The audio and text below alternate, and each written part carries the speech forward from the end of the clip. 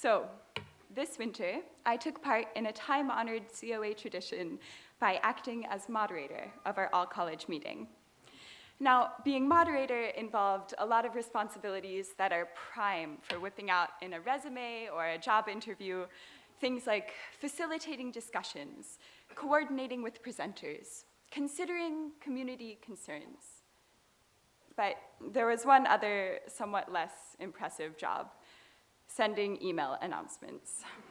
Yeah.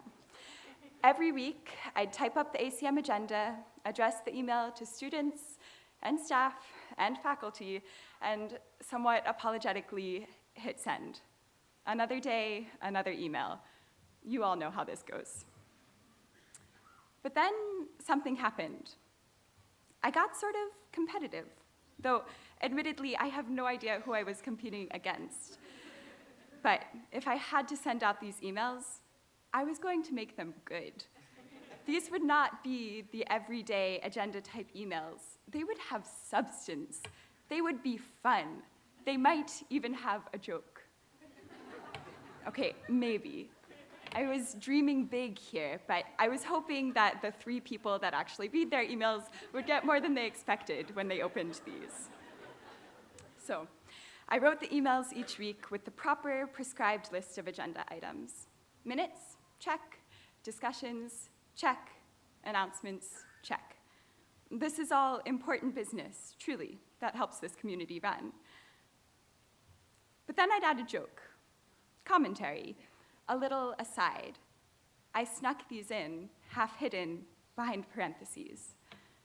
It was only later that I realized something. I don't just do this in ACM emails. I use parentheses all over the place. In emails to friends and professors, in letters, in poetry, oftentimes a full 50% of my essay drafts will be in parentheses. Sometimes the title, even. And you can't see them, although maybe you can hear them, but they're in this speech, too. So this got me wondering, why parentheses? And I think there are a couple of ways you can look at this. After all, parentheses are a beautiful thing. They're sort of a no man's land of grammar. And Kozak and the Writing Center might be cringing in their seats here, but let's just go with it. You can really just plop them into the middle of a sentence and then use them for any number of purposes. To add commentary, to go off on a tangent, to explain a thought just a little bit more, to pause and call attention to a detail. But what parentheses really do, when it comes down to it, is create a space in the middle of a sentence. This space breaks from the straightforward meaning of the sentence and makes everything a little more complicated. It adds another facet, another layer. And this space doesn't only exist in parentheses. Maybe you've found it somewhere else.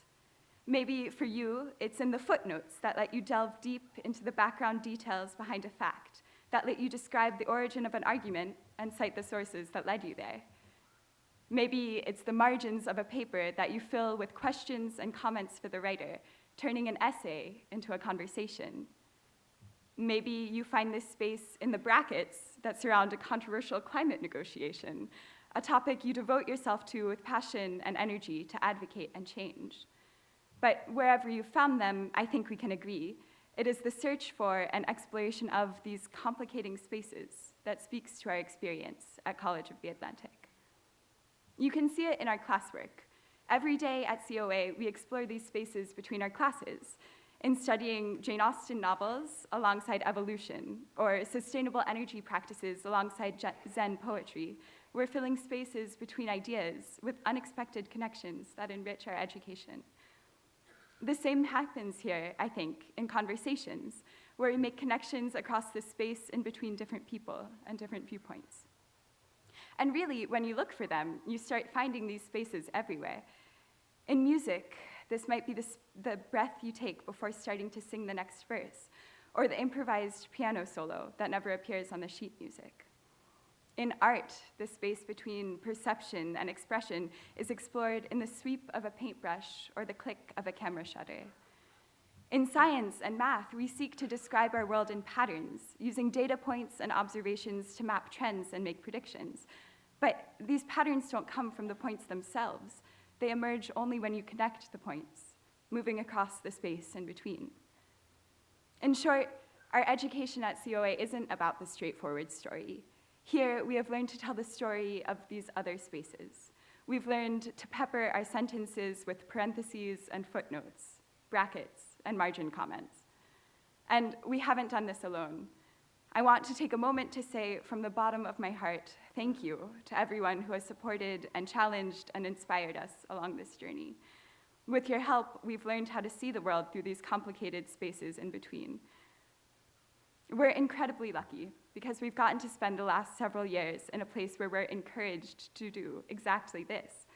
And we're even luckier, maybe, because we have the phrase human ecology, which does a pretty good job of describing what we mean, but only if accompanied by a tangled explanation in parentheses or a footnote, maybe an entire essay. Human ecology is the exploration of these complicated spaces. It is writing the rambling footnote, even if you edit it out later. It is the improvisation of a measure in the middle of a classical composition. It is the conversation in tab that stretches from climate change to painting to Jane Austen and back again. But what human ecology is not, what it cannot be, is something that we leave behind when we graduate today.